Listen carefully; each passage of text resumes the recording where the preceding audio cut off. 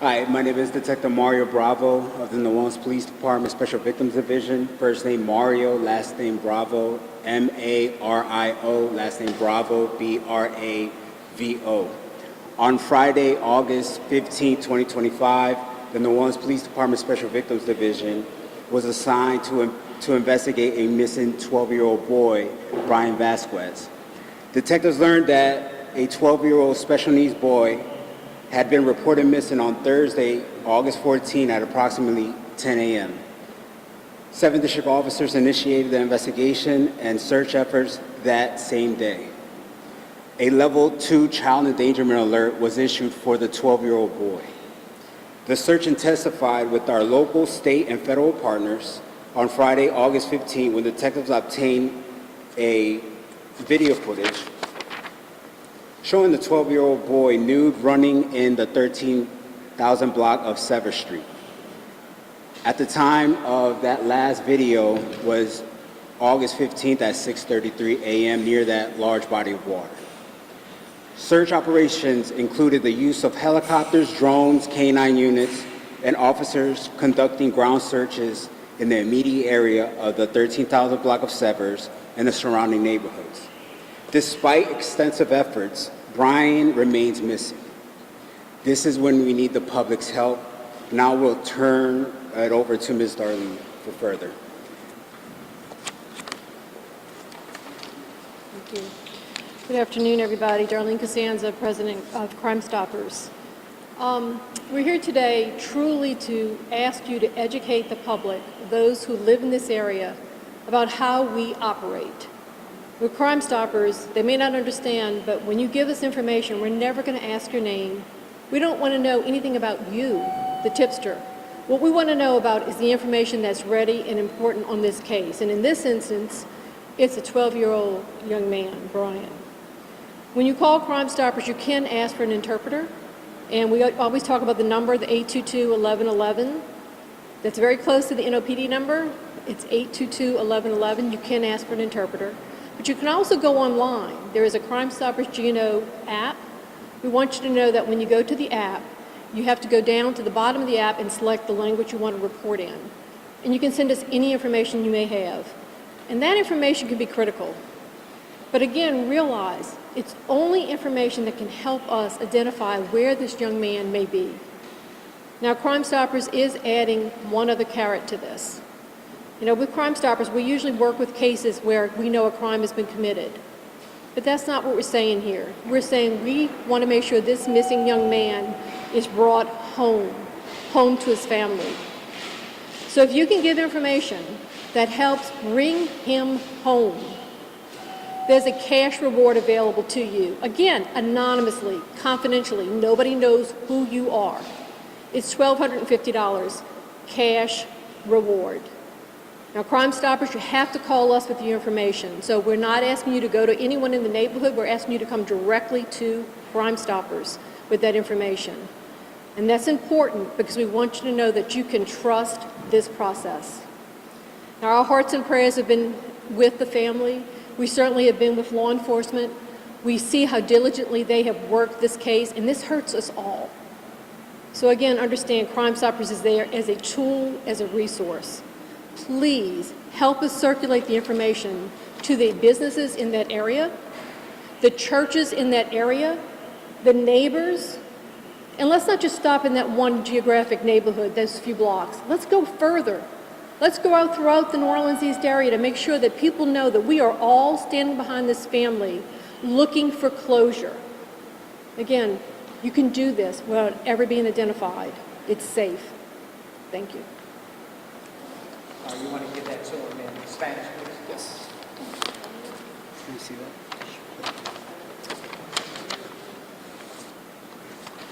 Hola, soy Detective Mario Bravo, Departamento de Nueva Orleans.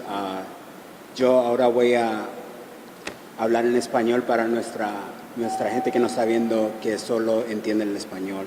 El viernes, agosto 15 de este año, el Departamento de Nueva Orleans, Víctimas Especiales, inició una investigación en la búsqueda de Bryan. Los detectives supieron de que Bryan La última vez que vimos a Bryan fue en el jueves, agosto 14, y aproximadamente como a las 6:33 de la mañana. Nosotros iniciamos la búsqueda con nuestra gente locales, nuestra gente estatal y también nuestra gente federal en la búsqueda de Bryan.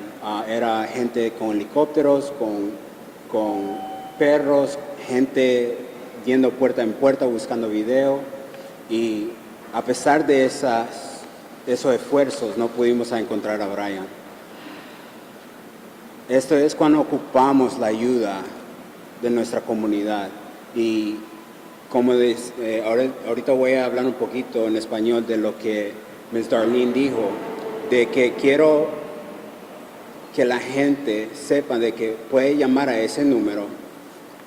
El número es 504-822-1111 y puede dar nuestra pista. Pueden ustedes ser anónimos y esa información se la va a dar a la policía y nadie se va a dar cuenta que fue usted. Y yo no sé si mucha gente sabe de Crime Stoppers, pero es una gran ayuda para nosotros y va a ser una gran ayuda si esa pista nos lleva a encontrar a Bryan. Usted puede también recibir una recompensa. Entonces se le exige a la comunidad que la policía ocupe su ayuda y no tiene que tener miedo tampoco de hablar con la policía. Muchas gracias. Do you have anything? I have a question for LPD. The family said earlier this week they believe it's impossible to get kidnapped. Have there been any indication that that's possible with their house right now? Right now we remain hopeful. We're looking to all possibilities. Can I just echo that? You just asked about a question about whether or not there could be a possible crime that occurred here.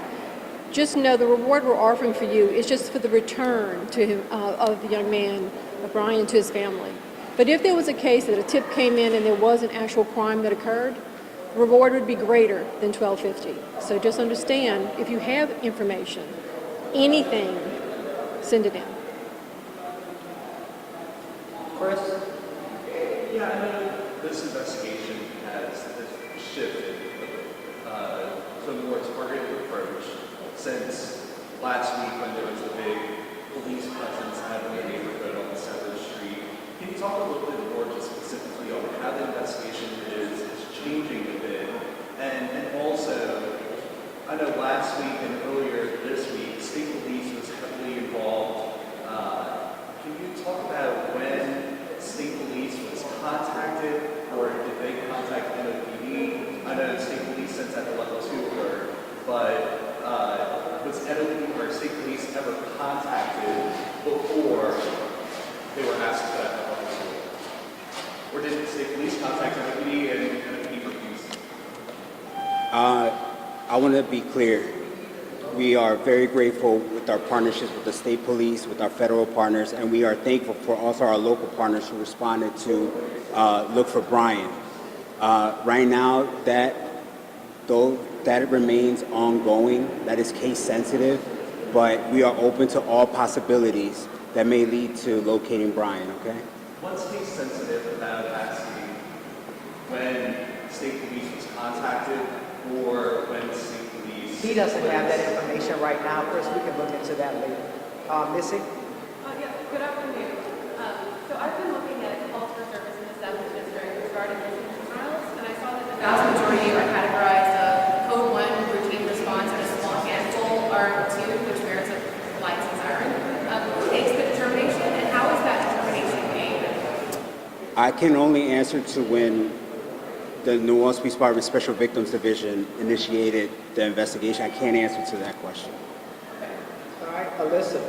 Family and friends have told us and expressed their concern that the delayed response may be impacting now the timeline and the search for Bryan. What is your response to this? So, Alyssa, we addressed that actually. You were late. Sorry. So, the superintendent has already said that there's a formal investigation. It's an ongoing investigation, so NOPD can't further comment on that. Can I ask about another question then? Yeah, go ahead. You get another one. Can you go into a little bit maybe about where the search is happening now in your family and friends? Or like, can we expand to across chef? Can we go into, there's abandoned buildings? What areas now being searched? So, yes, we can go into all those other areas. Any anything that leads us to find Bryan, we are open to. We searched through helicopters, drones, numerous times, on foot, dogs, canine. I think the Cajun Navy also came out. Yes, the Cajun Navy did come out and assist. So we are open to continuing those searches out there. All right. Yes, ma'am. Is your assignment excuse me, as an NLPD detective that speaks Spanish and English, what was the reason behind that? Is it particular to this case because you speak Spanish and the people there speak Spanish and you want there to be clear communication? It's both. It's because I speak Spanish and I am good at what I do. I can investigate this type of investigation. So it's both. It's the communication, and it's also the nature of the investigation, because I have experience in looking for missing kids. Do you think that this assignment will help with the investigation, meaning like the collaboration with the people and NLPD? The entire people of the Hispanic community, or the entire people in New Orleans? Yes, Which the one? Hispanic New Orleans person. Absolutely. We want that further collaboration with the Hispanic community. We don't want them to be scared to come to us. And I can speak Spanish very fluently, and I can communicate with the Hispanic community very well. Darlene, have you guys gotten any tips yet?